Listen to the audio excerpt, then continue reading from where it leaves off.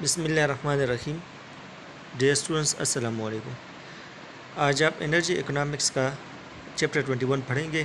اس میں آپ hydro electric power اور ونڈ انرجی ڈسکس کریں گے۔ تو advantages of hydro electric power, تو اس میں فیول استعمال نہیں ہوتا۔ جب آپ اس کے ذریعے سے پانی سے بجلی بناتے ہیں تو ظاہر بات ہے کہ اس میں فیول کا استعمال نہیں ہوتا، نہ اس میں پیٹرول کا استعمال ہوتا ہے، نہ ڈیزل کا، نہ کوئلے کا۔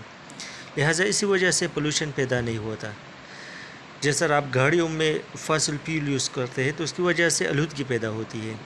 تو ہائیڈرو الیکٹرک پاور جنریشن میں فیول استعمال نہیں ہوتا۔ دوسرا یہ ہے کہ پاور پلانٹ کو چلانے کے لیے پانی کی ضرورت ہوتی ہے، اور یہ ہمیں نیچر سے فری میں ملتا ہے۔ اب تربیلا ڈیم کو دیکھ لیں، منگلا ڈیم کو دیکھ لیں، ورسک ڈیم کو، تو نیچر ہمیں پانی وافر مقدار میں دیتا ہے اور مفت میں دیتا ہے، تو اس پر کوئی کاسٹ نہیں آتا۔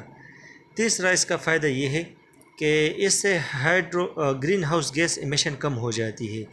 اگر آپ اس کی بجائے پیٹرول سے، ڈیزل سے یا کوئلے سے بجلی بنائیں گے تو ظاہر بات ہے کہ اس سے کاربن ڈائی آکسائڈ اور دیگر سلفر ڈائی آکسائڈ اور آکسائڈ آف نائٹروجن وہ خارج ہوں گے، جس کی وجہ سے وہ گرین ہاؤس گیس ایمیشن ہوگا، جس سے گلوبل وارمنگ پیدا ہوتی ہے اور ایئر پولوشن۔ اس کے ساتھ relatively low operation and maintenance cost. جب آپ نے ایک ڈیم بنایا تو پھر اس کا آپریشن کاسٹ بہت کم ہے، اس پر خرچہ نہیں آتا، اور اس طرح اس کو کا جو مینٹیننس کاسٹ ہے وہ بھی بہت کم ہے۔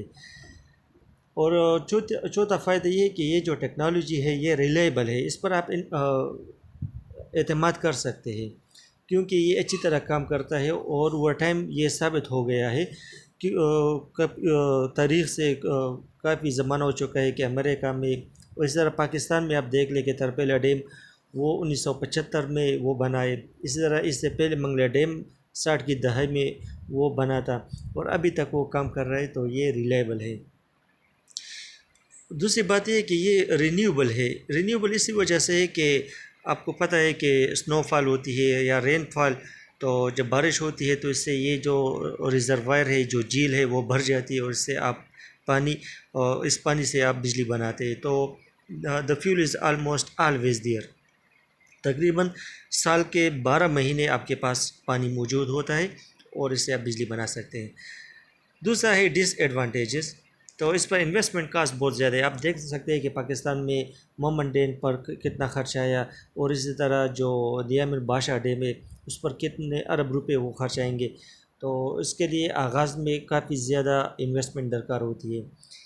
پھر دوسری بات یہ کہ یہ ہائیڈرولوجی ڈیپینڈنٹ ہے۔ ہائیڈرولوجی ڈیپینڈنٹ کا مطلب یہ ہے کہ کتنی بارش ہوتی ہے، کتنی برف باری ہوتی ہے۔ جتنے زیادہ بارش ہوگی اور برف باری ہوگی تو ظاہر بات ہے کہ یہ ڈیم زیادہ کام کرے گا۔ اگر بارش نہ ہو، پانی نہ ہو، تو یہ کام نہیں کر سکے گا۔ اور تیسرا مواجہ جو ہے نا، inundation of land and wildlife habitat. جب آپ ریزروائر بناتے ہیں تو اس سے یہ ہوتا ہے کہ جو ہماری زمین ہے وہ خراب ہو جاتی ہے، اور جو وائلڈ لائف ہیبیٹاٹ ہے، جو جنگلی جانور ہے، ان کا جو مسکن ہے وہ تباہ ہو جاتا ہے، کیونکہ اس پر ابھی پانی وہ ذخیرہ ہو جاتا ہے۔ بعض کیسز میں جو ہے نا، وہ جو فش ہیبیٹاٹ ہے وہ ختم ہو جاتا ہے، یا اس میں موڈیفیکیشن ہو جاتی ہے، اس کی ہم وضاحت آگے سلائڈز میں کریں گے۔ اس کے ساتھ ساتھ جو فش انٹرینمنٹ ہے یا فیسج ریسٹرکشن، اس کا مطلب یہ ہے کہ جب آپ پلانٹ لگاتے ہیں تو اس پلانٹ میں عموماً مچھلیاں وہ انٹرین ہو جاتی ہے، مطلب وہ وہاں پر پھنس جاتی ہے۔ اور دوسری بات یہ ہے کہ اس ڈیم بنانے سے پہلے یہ جو فش ہے وہ ایک جگہ سے دوسری جگہ مائگریشن کرتے ہیں، لیکن جب آپ نے ڈیم بنایا، پلانٹ لگایا، تو اب یہ پیسج ریسٹرکشن ہے، وہ آر پار نہیں جا سکتی مچھلیاں، تو یہ مسئلہ ہوتا ہے، اور یہ ضروری ہوتا ہے۔ اس چیز کو ہم آگے ڈیٹیل میں پڑھیں گے۔ بعض کیسز میں جو ریزروائر میں پانی آپ نے اسٹور کیا ہے تو اس کی کوالٹی خراب ہو جاتی ہے، اور وہ اتنا صاف نہیں ہوتا جیسا کہ بہنے والا پانی صاف ہوتا ہے۔ اور بعض کیسز میں ڈسپلیسمنٹ آف لوکل پاپولیشن ہوتا ہے۔ جب آپ ڈیم بناتے تو ظاہر بات ہے کہ لوگوں کو ڈسپلیس کرنا پڑتا ہے اور نقل مکانی کرنی پڑتی ہے. جیسا کہ تربیلا ڈیم جب بنا تھا تو اس دوران 96,000 لوگ جو ہے نا وہ ڈسپلیس ہو گئے تھے. اچھا، اس میں ایک کویشچن آپ life time what do we do after the structure reach their life time. جیسا کہ تربیلا ڈیم کی جو انہوں نے اندازہ لگایا تھا کہ اس کی عمر 50 سال ہے، اب انہوں نے اندازہ لگایا کہ یہ مزید 85 سال کام کر سکے گا. تو اس کے بعد کیا کرنا ہوتا ہے، اس کو فکس کرنا ہوتا ہے یا اس کو ریپلیس کرنا ہوتا ہے. اور اس کی وجہ یہ کہ سلٹ پرابلم ہوتی ہے. جب پانی دریا میں آتا ہے تو اپنے ساتھ پتھر وہ بھی کھسک کر مطلب اس میں گر جاتے ہیں، اور یہ ڈیم میں یا وہ جو جھیل ہے ریزروائر میں اس میں جمع ہو جاتے ہیں یہ سب چیزیں، تو اس پانی کی کیپیسٹی کم ہو جاتی ہے. تو یہ سلٹنگ پرابلم ہوتا ہے. اس کے ساتھ ساتھ لاس آف لینڈ ٹو ریزروائر. ظاہری بات ہے کہ جب آپ جھیل بنائیں گے، ریزروائر بنائیں گے اور پانی اسٹور کریں گے تو وہاں پر جو زمین ہے وہ اس میں جو لوگ ہیں وہ نقل مکانی کریں گے تو لاس آف لینڈ لازمی ہوگا. اور کافی جو گاؤں ہوتے ہیں یا سٹیز ہوتے ہیں وہ ان کو خالی کرنا پڑتا ہے، اور جو لوگ ہوتے ہیں وہ نقل مکانی کر رہے تھے. جیسا کہ میں نے کہا کئی دیہات جو ہے نا وہ تربیلا ڈیم میں ڈوب ہو چکے ہیں، اور ان 96,000 لوگوں نے نقل مکانی کی. اب بادشاہ دیامر ڈیم بن رہا ہے، مومن ڈیم، تو وہاں پر بھی جو دیہات ہے وہ زیر آب آئیں گے اور لوگ یہاں سے نقل مکانی کریں گے. اسی طرح جو ریزروائرز ہے وہ لوکل کلائمیٹ کو چینج کرتے ہیں، اور جو eco cycle of native species ہے، ظاہری بات ہے کہ جہاں پر وہ جھیل بنے گا، پانی اسٹور ہوگا، تو وہاں پر جو پلانٹس ہیں، اینیملز ہیں، تو ظاہری بات ہے کہ وہ ڈسٹرب ہوں گے، وہ مر جائیں گے. تو یہ ہوگا کہ ایکو سائیکل وہاں پر وہ ڈسٹرب ہوگا. اس کے ایک ایگزامپل ہے کولمبیا ریور سالمن مائیگریشن. اب کیا ہوتا ہے کہ انہوں نے کولمبیا ریور پر جو انہوں نے ڈیم بنایا تو ایک فش ہے، اس کو سالمن فش کہتے ہیں، تو وہ مائیگریشن کرتے ہیں.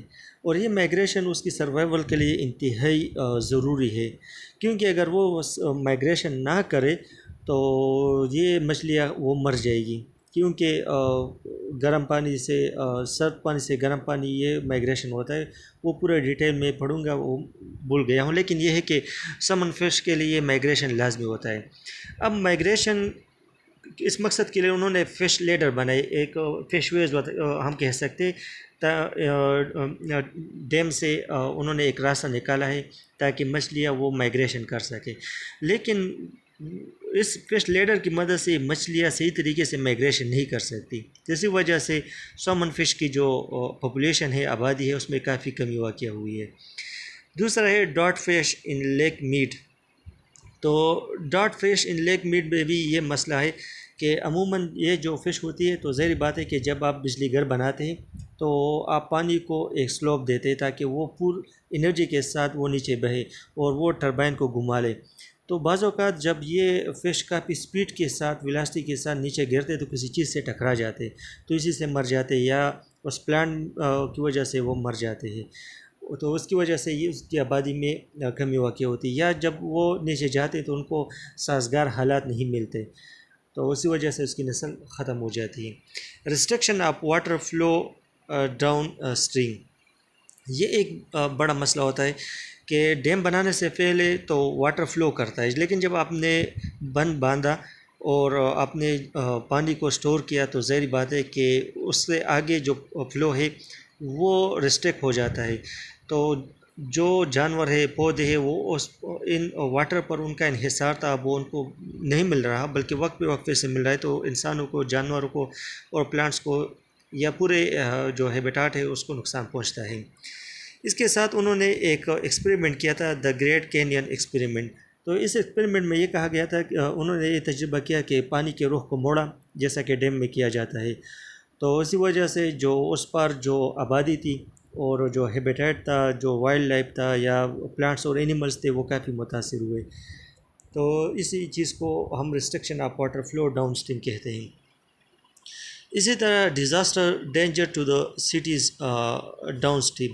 اب جو نیچے سٹیز ہوتے ہیں، دیہات ہوتے ہیں، تو ان کو نقصان ہوتا ہے. اور ہم کہتے ہیں کہ 1918 سے لے کر 1958 تک 33 بڑے بڑے ڈیم وہ ناکام ہوئے. جب وہ ٹوٹ گئے تو کافی نقصان ہوا.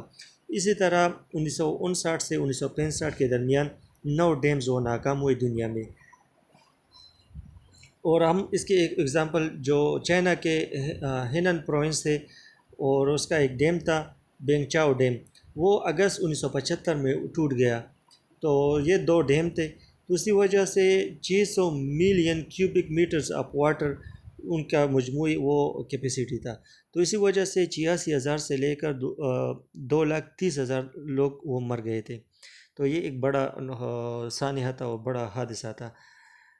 اس کے بعد ہم ونڈ پاور کی بات کرتے ہیں، تو ونڈ اس کی وجہ سے، ونڈ پاور کی وجہ سے ہم دیکھ سکتے ہیں کہ جو پنچکیا ہے اس کا اہم کنٹریبیوشن ہے، اس طرح سیلنگ بوٹس ہے، تو یہ ہوا کی مدد سے چلتی ہے۔ Dutch windmills for what purpose, یہ ڈچ ونڈ ملز ہے اور اس کا مقصد کیا ہے؟ اب دیکھ سکتے ہیں کہ ڈچ میں کیا ہوتا ہے کہ وہاں پر جو کچھ سٹیز ہے وہ سطح سمندر سے نیچے ہے، تو وہاں پر سیلاب کے خطرات بہت زیادہ ہوتے ہیں۔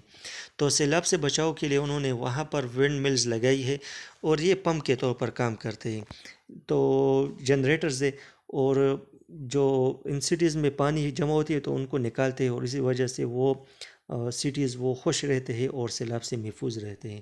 تو جو پانی سٹیز میں داخل ہوتا ہے تو اس کو باہر نکال دیتے ہیں۔ یہ ہے ونڈ ملز پرشا، اور 600 کو یہ انہوں نے بنایا تھا، اور یہ ایران کے جو سٹی ہے نشتیفان میں ہے، اور اب بھی یہ کام کر رہے ہیں، مختلف مقاصد کے لیے استعمال کیا جاتا ہے۔ اچھا، جو ونڈ انرجی پائنیئر ہے اس میں چارلس ایف برش ہیں۔ تو 1887 اور 1888 کے سردیوں میں انہوں نے ایک ٹربائن بنایا جو آٹومیٹیکلی آپریٹنگ ونڈ ٹربائن ہے، تو اسی مدد سے انہوں نے الیکٹریسٹی جنریٹ کیا تھا، اور یہ ٹربائن 20 سال تک کام کرتا رہا، اور اس کے جو گھر کے جو تاخانے میں جو بیٹری تھی تو اوہیو میں اس کو انہوں نے چارج کیا، تو یہ 20 سال تک یہ کام کرتا رہا۔ پھر ڈنمارک میں لاکھور نے وہ ڈسکور کیا کہ جو فاسٹ روٹیٹنگ ونڈ ٹربائنز ہیں وہ زیادہ ایفیشینٹلی کام کر سکتے ہیں، جن کے چند وہ روٹر بلیڈز ہوں، اور اس کی بجائے کہ آپ وہ ٹربائن لگائے جو کہ سلو موونگ ونڈ ٹربائنز ہو، تو وہ اچھا نہیں ہے، بلکہ جو فاسٹ روٹیٹنگ ونڈ ٹربائنز ہے وہ اس میں تھوڑے سے بلیڈز ہو تو وہ ایفیشینٹلی انرجی پروڈیوس کر سکتے ہیں، الیکٹریسٹی۔ اور انہوں نے یہ جو انہوں نے اپنا تھیوری پیش کیا، اور تو اس کے لیے انہوں نے ٹیسٹ کیا آکسو فوک ہائی اسکول آسکوف ڈنمارک میں، اور یہ کامیاب ہوئے، اور اسی طریقے سے انہوں نے الیکٹریسٹی وہ جنریٹ کیا۔ ونڈ انرجی کیا ہوتا ہے؟ ونڈ انرجی یہ سولر انرجی کا ایک کنورٹڈ فارم ہے، اور ہمیں پتہ ہے کہ جب سورج کی شعاعیں پڑتی ہے تو زمین کا کچھ حصہ جلد گرم ہوتا ہے اور کچھ حصہ تھوڑا آہستہ گرم ہوتا ہے، اور یہ زیادہ تر ڈے اور نائٹ میں بھی اس طرح ہوتا ہے۔ اسی طرح جو زمین کے مختلف سرفیسز ہیں جیسا کہ واٹر اور لینڈ، تو ظاہری بات ہے کہ ان میں جو ایبزارپشن آپ سن لائٹ وہ بھی مختلف ہے اور ریفلیکشن بھی مختلف ہے، اور ہمیں معلوم ہے کہ دن کے جب سورج کی روشنی پڑتی ہے خشکی پر تو وہ جلدی گرم ہو جاتی ہے اور پانی آہستہ گرم ہو جاتا ہے۔ تو کیا ہوتا ہے کہ اس کی وجہ سے کچھ حصہ وہ زیادہ گرم ہوتا ہے زمین کا، اور کچھ حصہ وہ تھوڑا گرم ہوتا ہے، تو this causes portion of the atmosphere to warm differently. اور عموماً ایسا ہوتا ہے کہ جب ہوا گرم ہوتی ہے تو وہ اوپر رائز ہوتی ہے، اوپر اٹھتی ہے، تو وہاں پر جو ہے نا وہ ارتھ کا جو پریشر ہے، ایٹماسفیئرک پریشر، اس ارتھ سرفیس پر کم ہو جاتی ہے، تو اس ایٹماسفیئرک پریشر کو برقرار رکھنے کے لیے ٹھنڈی ہوا اس جگہ پر آتی ہے، تو اسی طریقے سے ہوا وہ حرکت شروع کرتی ہے جس کو ہم ونڈ کہتے ہیں۔ تو ہوا کا اپنا وزن بھی ہے، اور جب وہ حرکت میں ہو تو اس میں کائنیٹک انرجی ہوتی ہے، کائنیٹک انرجی آپ نے پڑھا تھا، تو اس انرجی کا کچھ پورشن وہ ہم دیگر فارم میں کنورٹ کر سکتے ہیں، یعنی اس سے ہم میکینیکل انرجی بھی حاصل کر سکتے ہیں، اسی طرح ٹربائن لگا کر الیکٹریکل انرجی بھی ہم اس سے حاصل کر سکتے ہیں۔ تو یہ آپ کا ونڈ انرجی تھا، اور ونڈ انرجی سے ہم الیکٹریسٹی جنریٹ کر سکتے ہیں۔ اس ٹاپک کو انشاءاللہ ہم اگلے چیپٹر میں بھی پڑھیں گے۔ اللہ حافظ۔